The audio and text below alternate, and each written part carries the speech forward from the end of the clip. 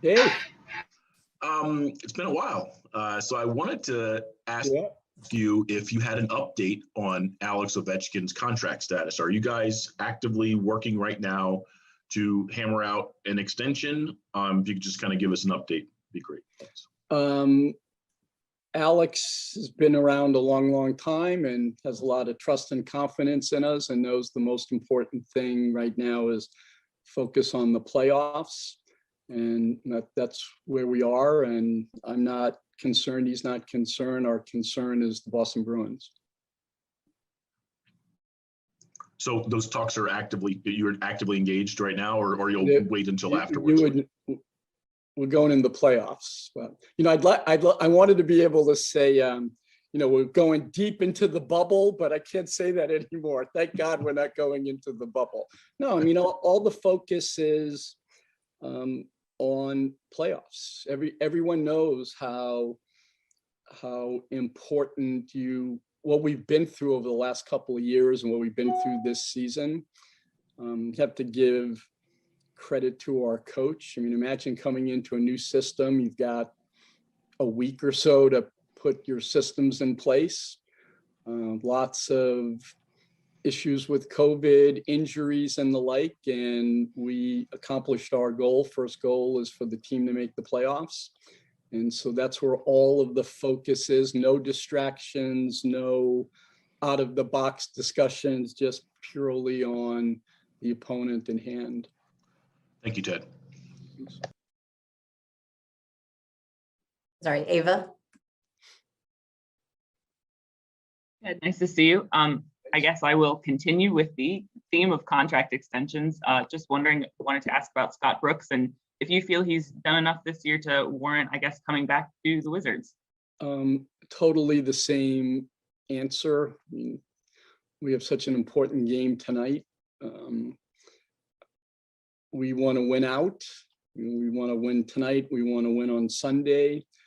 And we'll then get into the play-in, and then we'll see what happens going into our season. But our focus is to try and continue this upswing. And, we took a step back with the injury to Brad. But everyone in the organization is pleased that we've gotten this far, and all the focus is on just getting into that play-in. And I am an unabashed fan for the play-in.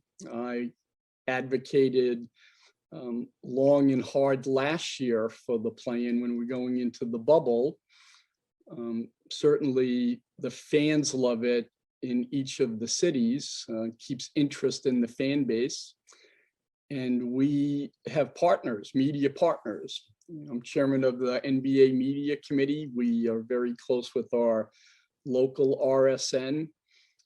We owed a lot of games, and to be able to have a play-in and keep fans interested and make for a team like us that's really come on strong. I think it's an exciting time, and I'm hoping that the play-in becomes something that is an ongoing prospect for us. I think there's no tanking. There's no telling the fans, oh, you don't have to come to games, you don't have to watch on TV. Tonight's a really important game, and that's where all the focus is. Thanks, Ted. Chris Miller. Thank you. Ted, good morning. How are you?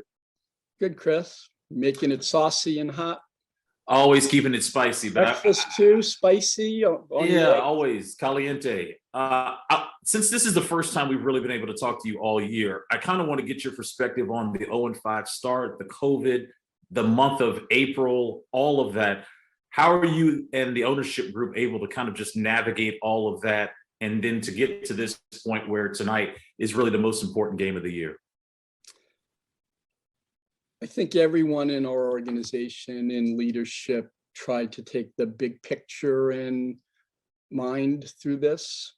This has been a very, very trying time for society and for our country and the economy. And the solace that you got from all of the work was watching the teams play.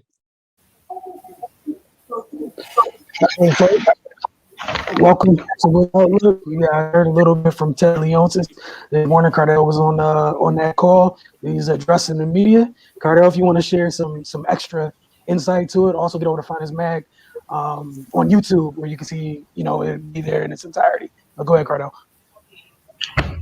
Oh no, obviously the elephant in the room is Scott Brooks contract extension. Is he going to be here or isn't he? He just kind of said we're going to let things play out. See if they went out the regular season, qualify for the play-in, and see what they do in the play-in games and whatnot. Then they go from there. He didn't commit to nothing. He didn't say he was going which way. He's just saying, we'll see. They try to ask they try to ask the same questions a million different ways to try to get a different response. But obviously he's savvy enough to, understand like my answer is my answer, but he was professional about it. Really, he just took the time to just talk about his commitment to all of the teams, the Wizards, Mystics, the Capitals, the impact that the virus has had, the pandemic has had on not just them, but the entire community, as we know. You said they took about a 50% loss over the last year, but he still had to continue to pay bills like as if everything was on track. You know what I mean? Because he said he's one of the few owners where they own the building. Not every owner of an NBA team, they own that facility that their team play in.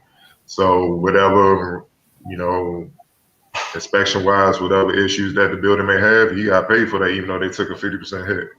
You know what I mean? Still got to pay the player salary, Capitals, Mystics, Wizards, all that, man. So, he's eager to get things back. He said even riding around downtown DC, he said it's in a sad state. It's not the same. And I know what he's saying. I went to Ooze and Oz not too long ago, chilling with our folks. Shout out Ooze and Oz, who's our partner right now. For those of y'all that want to go check them out, y'all want some good food. It isn't the same. It's just it's weird. It's not DC that we knew. You know what I mean? So, you kind of can tell just by hearing him and obviously riding around the impact that with the shutdown on these pro teams have had on the community, man. He stated a lot of restaurants shut down, a lot of bars shut down. Man, y'all know what Captain One is. That's Chinatown, man. That's prime central for people getting off work, going down there and doing what they do, getting some dinner, getting a drink or whatnot. That's not really like that no more. You know what I mean? And he's eager to get things back to normal as possible, get fans back in there, and he, like he said, we gotta kind of bring the community back to wanting to come down here and feel it's safe to come down here to enjoy the games. And he said it's a process, but he's confident they'll get there. So that's what really he touched on. All right. Well, then, Ray, let's jump in tonight's game. Washington, we knew it stood after the losses to Atlanta. They were playing to clinch a spot in the play-in tournament. They did that tonight with a 120-105 win over Cleveland Cavaliers.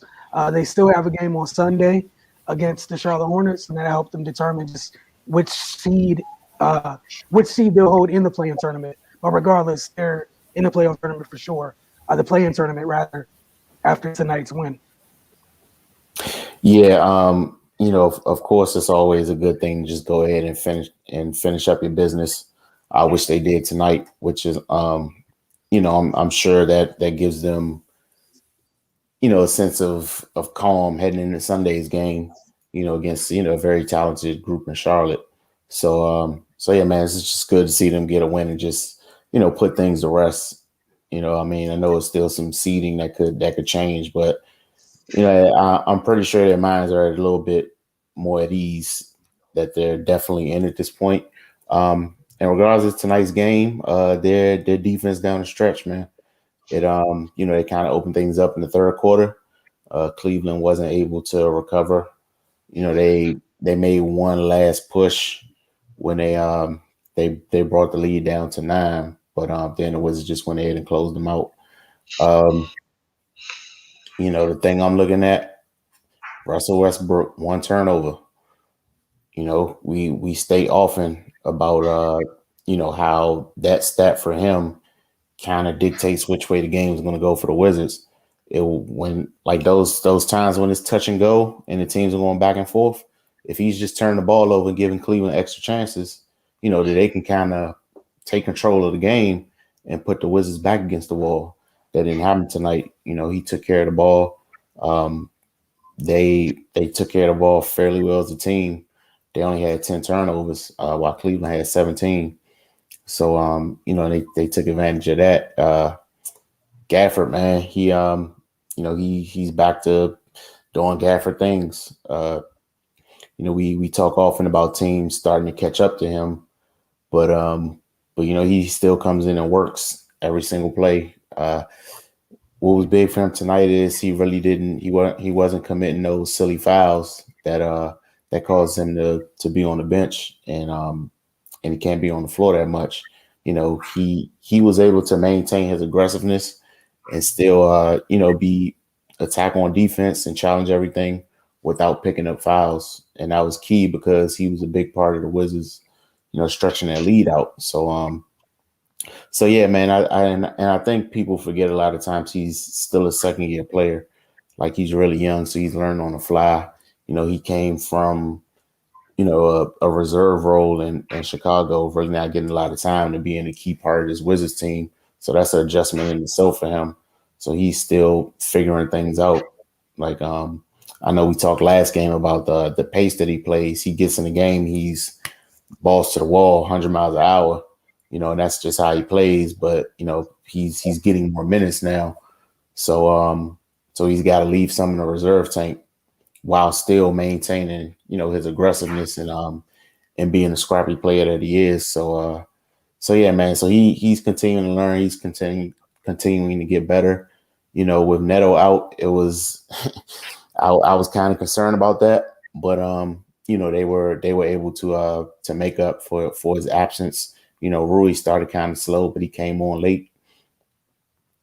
Chandler Hutchison, man, he's just another high energy guy, and he just gives the Wizards another scrappy dude, man, and that's what they need. A lot of their deficiencies this year it's plain and simple just been from a lack of toughness, a lack of hustle, people not doing the little things, getting those 50-50 balls. Hutchison just gives them another person that does that. Bertans had a rough shooting night, but he kept letting them fly, which, you're not going to shoot lights out every game, but he has to keep the defense honest. So, I would rather him continue to shoot the ball in these instances instead of, getting gun shy. Because you're really only there to shoot. So just keep letting it fly, man. And he was able to knock down a couple, got fouled on some 3-point attempts. So, that's what he's there for. Shoot the ball, whether they're going in or not. Just get some quality looks. So, you really couldn't ask for much more from the Wizards tonight. They walked away with it at the end. They got Cleveland out the way. I know Cleveland, they're outside of the playoff play-in situation, but they're still a young, scrappy team, and they're going to come out there and compete. So, I'm glad the Wizards were able to match their intensity and get this win and go ahead and secure their spot. Gardo? I just felt like it was an all-around team effort, that won this game. They needed to step up. Obviously, no Bill, then no Neto. Like Raymond said, that definitely made me nervous because he brings so much, just being an extra point guard to see things, and, his defensive ability, and he could score and make shots from all three levels. So, and I'm not just talking about on-ball defense, help side too, man. He's a complete defender, man. He might be the best that they have on the team, honestly. So that's a big loss. So I was trying to see, well, who's going to step up? You know what I mean? So they stepped up by committee. Rui, he was solid. 14 or 7 to 15. Bertans, he shot a lot of threes, which made him inefficient. But Russ kept feeding him. That's one thing you got to do. With Russ being a veteran, he did a good job of, look, I don't care if you off in the first half, I'm gonna still feed you when you open. Unless sometimes you just gotta let them know you're confident in them, and then they eventually believe in themselves, you know what I'm saying? It's a mental thing, you know what I mean? So plus they heading into the playoffs, they don't have time for Bertans to be questioning themselves. They need him to be, locked in, feel like he's the best shooter in the world. So Russ kept feeding him, then eventually he started hitting a few.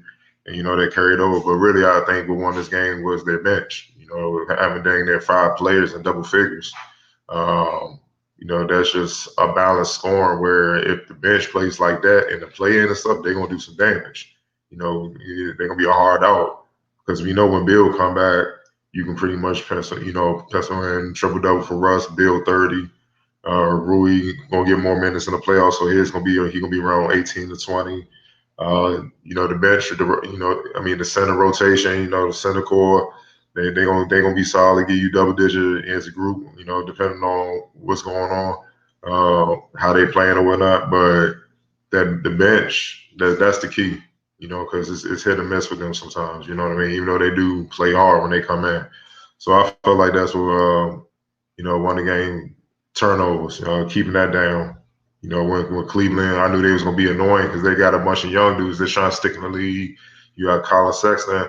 I mean, look at him. He got Russ on the other side, so he's gonna be fired up. Let him know I'm coming. You know what I mean? So, I knew that they weren't gonna go away. They was gonna play hard. And why not be a spoiler? You're not going anywhere, so why not spoil your fun too? It's just like that. But they was still in the garage and kept on. They also them in the paint. I know the Cavs closed that late in the game for the reserves and whatnot, but for the most part, the Wizards dominated in that category. They didn't turn the ball over like Russ, man. Russ don't turn it Russ. If he go through the playoffs with one turnover, the Wizards gonna be hard to knock out. They'll be annoying. You know what I'm saying? Because they're not making mistakes. He got the ball most of the time, so they're not gonna be making a lot of mistakes. And they're gonna be capitalizing off his playmaking and his ability to score. And the defense always has to focus on him. So if he's not turning the ball over, that means the assists are up and other guys are scoring. So that's gonna make it harder for them to, harder to defend them. The last thing is free throws. By them attacking the paint, they got to the free throw line a lot. 31 to 37, they shot 83%. That's ideal. If they can continue that, they can win. Take it game by game, they can win any game that they play. Like think about it. The Nets, they already beat them twice, so they're not really sure. And that was with Russ on one leg at the time. You know what I mean? So they're not tripping off the Nets. I'm just looking further ahead. They get through the play-in when they finally get to see it and they go against the heavyweights. That's what they're looking at, man. So am I saying they're gonna beat them? No. What I'm saying is they're gonna be more of a challenge for the heavyweights to knock them out as compared to now. My thing is with the Wizards, too often, even if they do come back and win, sometimes they beat themselves a lot. And I'm like, y'all can't afford to beat yourselves because y'all don't have the rosters that these top teams have. So this was an example that they can do it. You know what I'm saying? So if they keep playing this efficient and not beating themselves with silly turnovers and, the defensive end, that's the one thing I'm just, it is what it is. That's just that's what it is defensively for them. I don't see that really getting any better anytime soon unless Scott Brooks joins the bench where he keeps a certain type of group of guys playing in the playoff, playing, and if they make it out in the playoffs, that's the only way I can see the defense changing. You know what I mean? So, but it goes back to my original point, not beating yourselves. If your defense is subpar, then you really can't afford to beat yourself because that's an L. So right now, as it stands, you're looking at Philly. Embiid's a monster. You got Tobias. You got Curry. See Boo out there, Danny Granger. Ben. It's gonna be tough. So you gotta play great execution, but free throws, the bench play, not turn the ball over. That's what helped them pull away and get this W. Yeah, just to piggybacking with you guys, I thought Russ played a great game considering what it was tonight. No Brad. Obviously, you got to make sure that your guys are kind of like you were saying, Cardell, pouring confidence into your guys. A game like this, because there's two ways you could go about it. You can go nuts early as the guy and then have nothing left late. Or you could pick your spots here and there, everybody going, and when it was time to close things out, he was fine. It wasn't that much to do because you had folks rolling already. I thought Anthony Gill provided some great minutes for them tonight. He touched on the bench. It was 58 to 16 at bench points. Again, just to double down on Cardell's point, like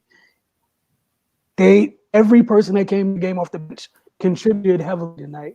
Garrison Matthews, I know the 4-point play stood out, but he had enough shots where someone had to stay with them. Again, keeping the floor space for Russ when he wanted to go do what he needed to do. Hutchinson did a great job. You know, he's one of the people I give him credit. Him and Rui do a great job of getting the most out of Russ being on the court. They're always moving and cutting with a purpose, and they usually get rewarded. And then, like you guys said, not turning the ball over, defending. They did a lot of the little things tonight, and it went a long way because, like you guys said, it's not like they have one of those overpowering rosters where there's a larger margin for error. They don't really have it. Like even tonight, you know, with Brad out, Cleveland wasn't. It took a while before Cleveland was out of it. Like a different team with a little bit more superpower, a little bit more firepower. I'm sorry, might have got Cleveland out of there early when they were teetering at like 12 and 15. But Cleveland was able to keep it within 9, get it to 7 at times. Then late, like you guys said, the third quarter, they were able to get enough stops, lengthen it out. But I thought Russ played a tremendous game. And like you guys said, total team effort. Now it's just about doing the little things like we've been saying over and over this year. From here on out, you can't do any less than the little things. You can't have any more 13-plus turnover games. You know what I'm saying? You just can't. You have to be on your stuff. So, again, they did what they needed to do. Not going to knock them for that. They still got one more on Sunday, which, regardless of the play-in where you fall in the seating, I'm not like they're not in a position to be like, oh, Sunday doesn't matter. They need to win out. You need to continue to go. Like if you want, like it's cliche as heck, but you know you want to be a hot team going into whatever tournament you're playing, regardless of the sport, and they need to go in on a high note. It's not like they're at the top of the standings where they've been punching people all year. There's a reason you're in the play-in. So, you know, Sunday needs to be taken with the same energy that was brought tonight, if not more, on Sunday. Because then, what they say, the play-in start May 18th. That's 48 hours later. Play-in. So, again, who's going to get your business done early on Sunday? It just get the most in the 48 hours heading into Tuesday. You know, just being honest, man. That's all I really got. Did you guys have anything else as far as this game goes? Yeah, for the Cavs, we already know about Sexton, the kid, the Coral. Yeah, he gonna be a special. He figured the league out. It's gonna be he gonna be a handful. So I also like the G League kid, Roderick Thomas. You know he showed signs tonight too. You know they can give him a shot, man. See what he can do up there, man. You know with the kid, windmill defense and all that. So you know they got some young prospects to definitely keep an eye on moving forward. Yeah, and like you said, it's not a bad thing to have. You got 2 young guards there. It's Sexton and Garland. Got some options on the wing. And like you said, it's something to keep an eye on going forward, and we'll see what they add. But again, it's not a bad thing in this NBA there's never enough you can never have enough wings that contribute on both ends of the floor. Some teams that would love to have that problem. So again, but yeah, Coro, when he punched on dude, like we already knew what that was. And I like the fact that he kept shooting because he started slow from 3, and knowing that, you know, when he gets that going, it opens up the rest of his game. But no big shock there. If we don't have anything else for this, quick word from our partners over at Oohs and Ahs. This is what's going on as of latest. Get over there and try the whitey. Soul food staple, served fried, grilled, or blackened. Enjoy for one side for $10.95. Enjoy with 2 sides for $15.45, or meat only for $11.45. Again, and we tell you guys all the time, it's oozandahs.com. It's that simple. And again, 2 locations, man. Sunday to Thursday, open from 12 p.m.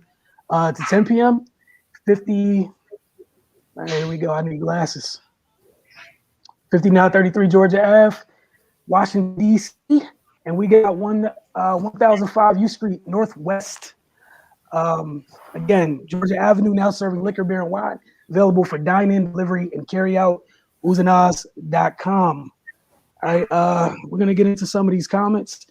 Just a reminder, we saw some of you guys on YouTube asking why these aren't live. So we did what we could, and we've made it so where they are live now. So you can get on YouTube, Finest Magazine on YouTube, and Mono Sports on YouTube. It's as of right now, and we're going to try to do this going forward, especially the entire season with the Mystics, with Mystics Outlook, where it'll be up on Twitter, Facebook, Instagram, in both YouTube pages.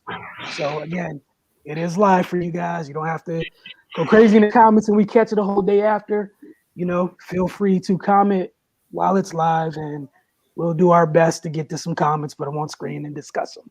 That said, we're going to get to what Cardell picked for us this week. Man. Hey, Ray, stepping or deferring, sir? We gonna receive today. All right, so we'll start with this. For you, Joshua McNeil, with kind words, I think y'all should cover more teams. I listen to every show. I know you weren't expecting that, all right? Nah, man. Pleasant surprise. But nah, we definitely appreciate it, man. Appreciate every listener or viewer. And yeah, we think we should cover more teams too. Right? Write a letter to the NBA office every day until today make us nationwide out here. If you were to do something like that, make it non-threatening. Y'all know how to act these days, but I appreciate it, Josh. We truly do. And again, whether we agree with your comments or not, we do appreciate you tuning in. Always open for engaging discussions and whatnot. Again, Cardell, this is your first one from Toothpick. If the Wizards make it to the playoffs, they're going to have to figure out how to close out these games in the final minutes, or they're going to be in some serious trouble. Yeah, I'm pretty sure everybody up here agrees with you. That's something that they got to go to the drawing board, watch film, and really correct that, because it's going to be on soon. So, I mean, honestly, for real, I mean, it had been started for them, but I think they're going to really feel it Sunday. Like, Charlotte will be trying to set the tone just in case they have to see one another. Like, yeah, to get that mental advantage, man. Like, look at, y'all not beating us. So, it's going to be fun to kind of see what they're, but yeah, but a lot is riding on the health of Bill. You know what I mean? That's key. If he's not right, I don't care what they do. I mean, Russ can average a triple-double, but he's going to have to put some Will Chamberlain numbers in that mix too for them to have a shot at Bill ain't right. That triple-double might be like 40-point triple-double or something like that for them to be competitive. And that's asking a lot, man. You know what I mean? So, I mean, of course, man, they got to, figure out how to close games. But the reason why it's hard for them to close games is because defensively they subpar. You know what I mean? And at the end of games, teams execute. They go in the hardest. They're trying to win the game. If you can't get stops, it's hard to close teams out, even if you have the lead. So they really have to figure something out with that, man. But what I'm seeing is, even though physically you may not be the quickest and stuff like that, when you're like that, you have to be even more in tune. Certain guys are not in tune enough, and it's always a breakdown somewhere. It's like, my AAU coach had a saying, don't stop the lead. What he mean by the lead, like, don't be the weak link on defense where everybody else strapping up doing their job, but you're the weak link. You know what I'm saying? You're the leak in this situation where the water just keep coming through and you're getting scored on. He would just tell us, stop the leak. You know what I'm saying? Stop. You know what I mean? So everybody plug in and defend your man. And if the Wizards bring that somehow, flip the switch and bring that, then, they got a shot at, being annoying to get out of here, being annoying, 8, 7 seed or whatever, get up out of here. If they don't, they battle back, had a nice little run, they made the playoffs, and that's all it will be. Let's get ready for next season. I mean, it's that simple, and I hate to be the resident bearer of bad news as always, but it's my role here. The floor shrinks in the playoffs. Again, so like Cardell's saying, if Brad's not there, like, that thing's going to get a little bit more congested. It's going to be a little bit tougher we know what Russ' strength is, for him to do what he does when there's no reason. There's no red alarms going off for the opposing team. Like, oh, I got to get out to that person. Just like, no. Got to keep you from doing what you're doing. You go about your life. And again, it's different catching someone in a regular season and seeing them in a series or anything like that. Everything magnifies a little bit, So again, just want to keep that in perspective, man. Again, it's my role here. I take pride in it. And this is also the thing where you get in a postseason, those little things that some of y'all like, oh, it's not a big deal. Go in the playoffs, turn the ball over 15 times. Let me know how it worked for you. Let me know. And it's a lot of youth on the team that haven't even played in the playoffs yet. They have no clue what's about to come. So, I mean, honestly, I could see the game plan being simple. Hey, let Russell Bill do what they do. Lock down the others. Yep. We can get up out of here with a win. Simple as that. So the others going to be more ready than Russell Bill. They know what they got to do. And then that's if Bill's right. You know, we don't know yet. But the others, yeah, they going to have to wake up real quick. They're going to have to grow quick. So it's tough to do. All right. Back to you, Ray. This from Darren Bell. And Darren Bell, do me a favor. Let me know if you're the Darren Bell that I know or not. Great game and another tough loss down the stretch. Old school versus new school point guard battle was awesome. Trey is tough. Floater looked automatic. We need Bill back in a hurry. I think they at least win one in Atlanta if Bill plays. Bertans, I love his shooting, but his defense is atrocious still. They should beat Cleveland to clinch a playing spot. Atlanta has an awesome young team with good veterans on the bench and a good coach. Look at you getting the layups today, Ray. I know, right? I mean, shoot. Yeah, man, I agree. It was was a great game. They battled, but yeah, man, some key mistakes down the stretch cost them another winnable one. And yeah, watching Russ and Trey go at it was fun. You know, Trey, he's developing and continuing to get better and better.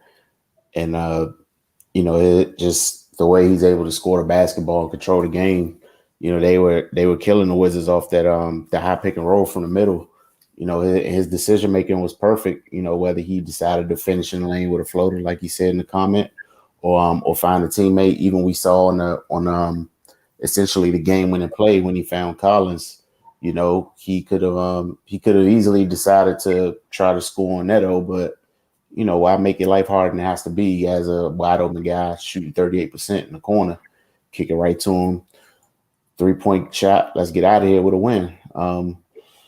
Yeah, man. Of course, everybody needs one of the top scorers in the league back if they have them. You know, they without Bill, they're obviously at a disadvantage here. But yeah, man, they may have won both of those Atlanta games. They could have won both of them without Bill. So yeah, they just need to going back to the last comment, they just need to focus on the little things and buckle down. Yeah, this has been the story on Bertans the whole season. So it's no need to continue to beat that dead horse. And you know, got a little fortune telling going on here. They did beat Cleveland to clinch the play-in spot.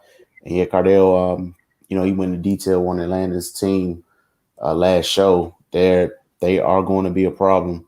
You know, if they can manage to keep those guys together and they continue to develop and grow and learn each other, then yeah, man, they're going to be a really good team.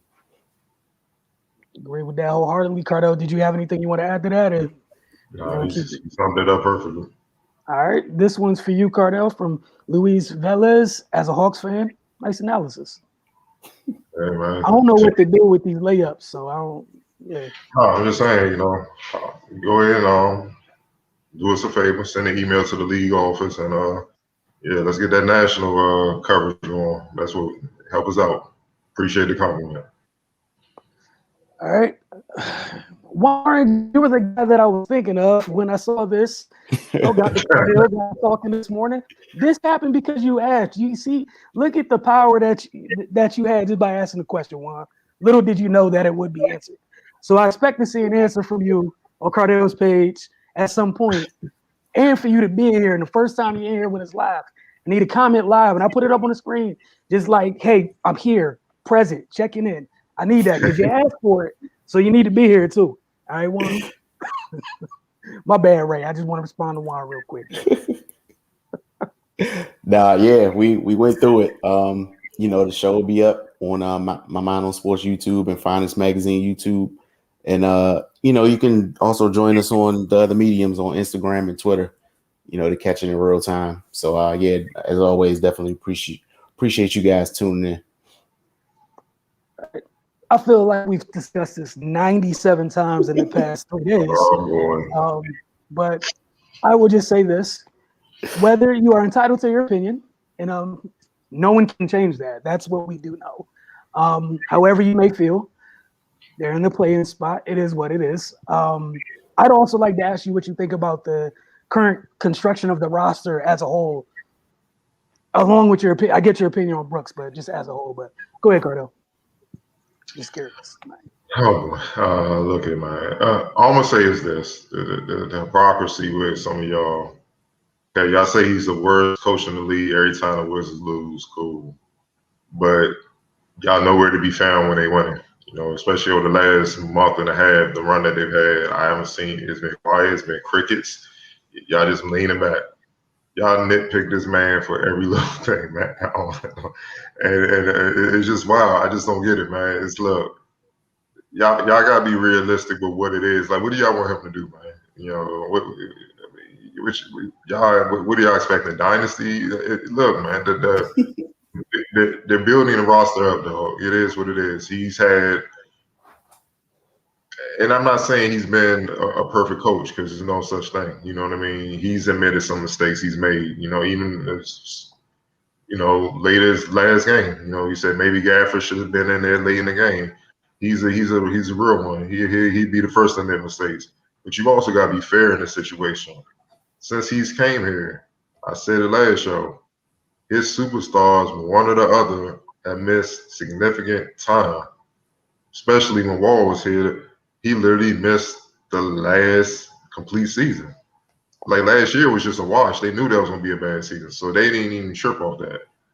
You know, this season they got back to gauging things and whatnot. So, I mean, what do y'all expecting this man to make miracles, man? Like y'all, you need talent to win in the league. You know why?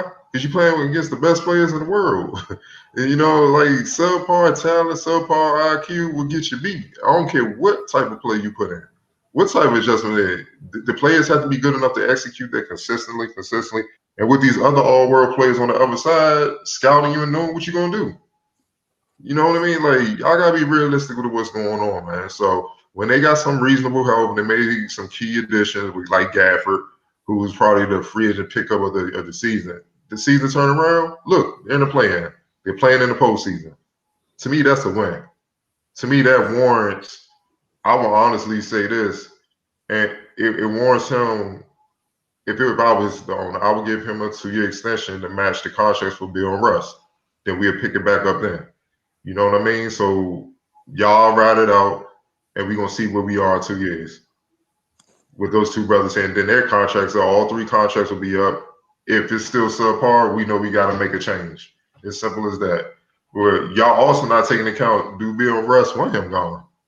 Because I mean, if you piss them off, hey, I'm up out of here. Then what y'all gonna want?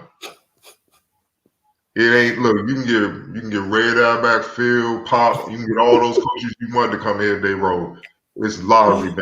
We looking at the first pick. So It's high lottery too. Yeah, we be looking for this. Yeah, you ready to coach it if you want. It don't matter. You need talent to win.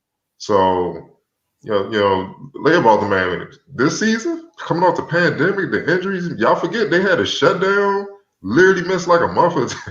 Come on, man. Like they had to make up games. They literally missed weeks of playing. No practicing. First round pick went down. Starting center went down. Russ was on one leg for a half a year, and look, they're still in the postseason. If y'all can't be that real and be fair and say this man did a good job this year, I don't know what to tell you, man. I mean, I don't know what to say, man. I think Very it's few one of coaches the that he has this year. Very few.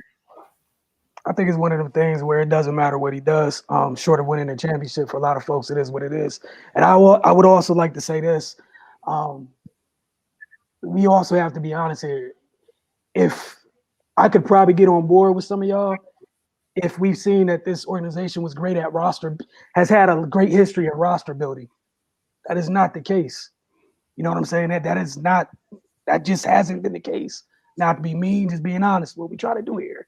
If that history was in place, we could be like we knew it, where you could take different pieces away by process of elimination, it would shine like it'd be the biggest light in the world. It's like it's clearly him. But you got a roster with all these youngsters doing it.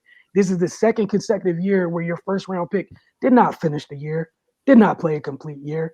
So just like Rui's pretty much got his first, like you had to kind of combine both seasons for them to equal a full year almost. Same thing with Denny now. It's going to be mostly the same thing because this was a tough year for rooks. There was no summer league, all the stuff you usually get as a rook, just getting into the league. Stuff wasn't there. So it's going to take a little bit longer for him too. And again, you talk about Gafford.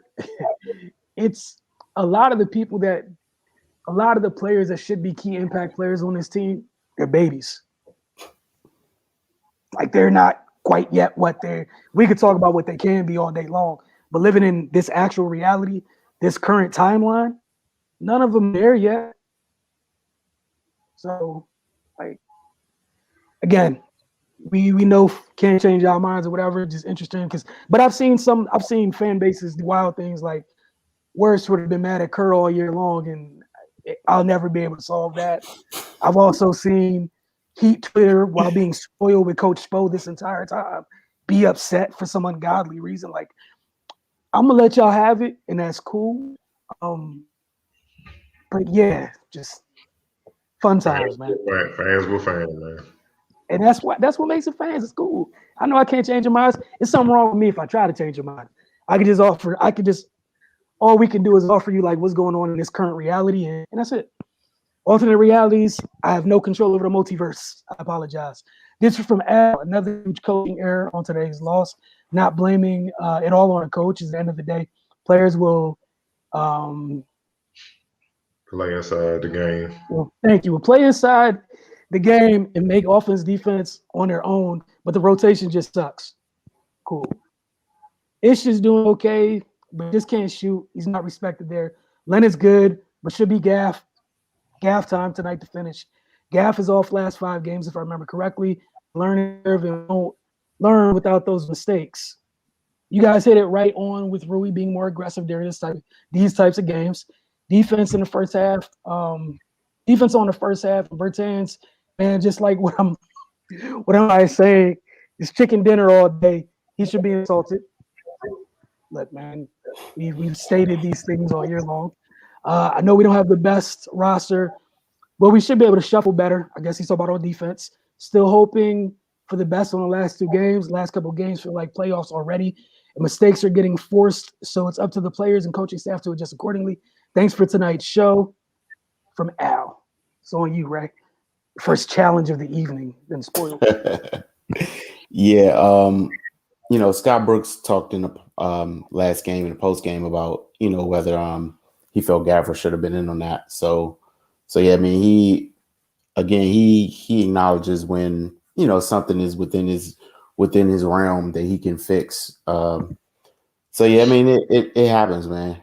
It happens. One of the best coaches ever made a much bigger personnel mistake in the finals before. So yeah, when I'm talking about Greg Popovich not having Tim Duncan on the floor, so it happens. It's going to happen. So I mean, we just gotta live with it and move on. I think Ish has been doing a fantastic job. When he gets in the game, he's pretty much instant offense. Really, he pushes the pace. He kind of controls things. He gives Russ a breather, and even when they're on the floor together, he allows Russ to play off the ball. Len is good, but should be Gaff time tonight to finish. Yeah, we already talked about that. It probably would have worked out better if Gaff was in the game, but that's in the past now. Say Gaff is off last 5 games, if I remember correctly. Just a learning curve. He won't learn without those mistakes. If I feel like you're going to make a mistake in the waning moments of a game that's going to decide the game, I'm not going to put you out there. That's just not smart. I mean, that could do more damage than it could anything positive, because then that could affect your mental and your confidence. If you're out there making mistakes that cost games. So sometimes the coach has got to protect the player from themselves. And yeah, when Bill is out, Rui's got to be that next guy. Because he was a lottery pick, so they're expecting big things out of him. You know, so he just got to continue to grow in his role. You know, and Wilson touched on it earlier. You got to combine his first 2 seasons to give him a full year. So just got to be patient with him. Bertans, yeah, chicken dinner. That's funny. But yeah, man, we don't have the best roster, and you know, I really feel like they're doing the best they can with what they have. So you got to temper your expectations to reality.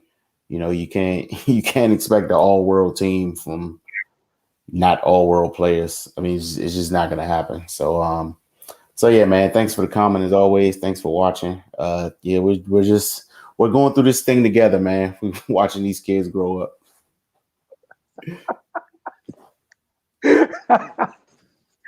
Cardell, did you want to chime in?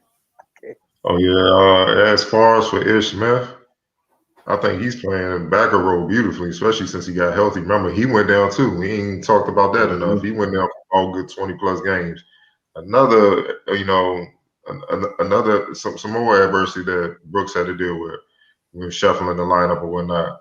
But I'm gonna just give you some facts. You saying he can't shoot that well. You realize he shoot 37% from 3 this season, right? You know, so that's not his role. His role is to push the pace, which is what they do. They're number 1 in the league and set everybody else up. You know what I mean? So I think you can shoot the ball. You shoot 37% from 3. Like, that's pretty damn good. You know, from a point guard, he's averaging 6 points, near 3 rebounds, and nearly 4 assists in 20 minutes a game, right? But check this out. He don't even average 1 turnover a game. So he's playing winning basketball in his role. He's maximizing his role, which is what his job is. So, yeah, I don't know what y'all looking at, man. Like, for what he's being asked to do, he's exceeding expectations. He's handling his business, especially since he got healthy. So, yeah, y'all got back up off Ish. That don't even make sense when you look at the facts. And again, these are you gotta look at it from the overall roster construction. You're asking a lot of people to do things that aren't exactly their strengths right now. It's not like this roster is littered with knockdown shooters. There are guys that can hit open shots, but again, a lot of the guys bring a whole bunch. They bring a lot to the table. That's not exactly the thing headlining it. So again, like overall roster construction, we've said it multiple times this year. There's still a little bit of ways from putting all the right pieces around these guys. So keep that in mind when you're judging folks what they can and can't do. Essentially, because some people are doing what they have to do because there's no one else to do it. So you have to space the floor. Whether you're a great shooter or not, you need spacing. If Russ needs to be able to drive, you have to give him room to drive. And it's basketball at times. You get the ball in rhythm. What do you want to do? Not shoot it? Let the defense recover? You know what I'm saying? There was a nice play at the end of this tonight's game. In the fourth, Russ is looking for a driving lane. It's kind of walled off. Ish cuts through the lane. They let him go because they want to keep Russ in front of him. He just stops in mid-range, which is, again, that's a place that's comfortable for him. Comfortably stepped in and knocked it down. But again, you got to keep all this stuff in perspective. That night when I think it was the corner 3, there wasn't room to take the mid-range jumper because that's why he was open for the corner 3 because his man sagging into the lane for when Russ drives. Like, come on, y'all. At the end of the day, it's still basketball. Like, in a perfect world, everything would be fine. All the pieces would be here. And again, that I look forward to when all the things are there. Then we can have some of these fun discussions you guys are having. But living this current reality, all those things aren't there yet. So, they're doing what they can with what they have. And that's a whole different discussion about what's there and what needs to be added or whatever. And that's a discussion we'll have later. Right now, it's about this current season. They've got into the play-in, dealt with a lot of adversity this year. It is what it is. Got a big game on Sunday against Charlotte. And we will talk to you guys then, following the conclusion of that game. For you guys that into the WNBA, for you that are not in the WNBA, but you're into basketball, we will be around tomorrow for Mystics Outlook because the Washington Mystics start their 2021 campaign by hosting the Chicago Sky at the SA at 1 p.m. Cardell will be on site. Ray and I will join him afterwards right here for Mystics Outlook. So we see you then. And just like Wizards Outlook tonight, it's going to be on both YouTubes, Instagram, Twitter, and Facebook. Y'all have a great one. For Raymond Cardell and myself, see you tomorrow.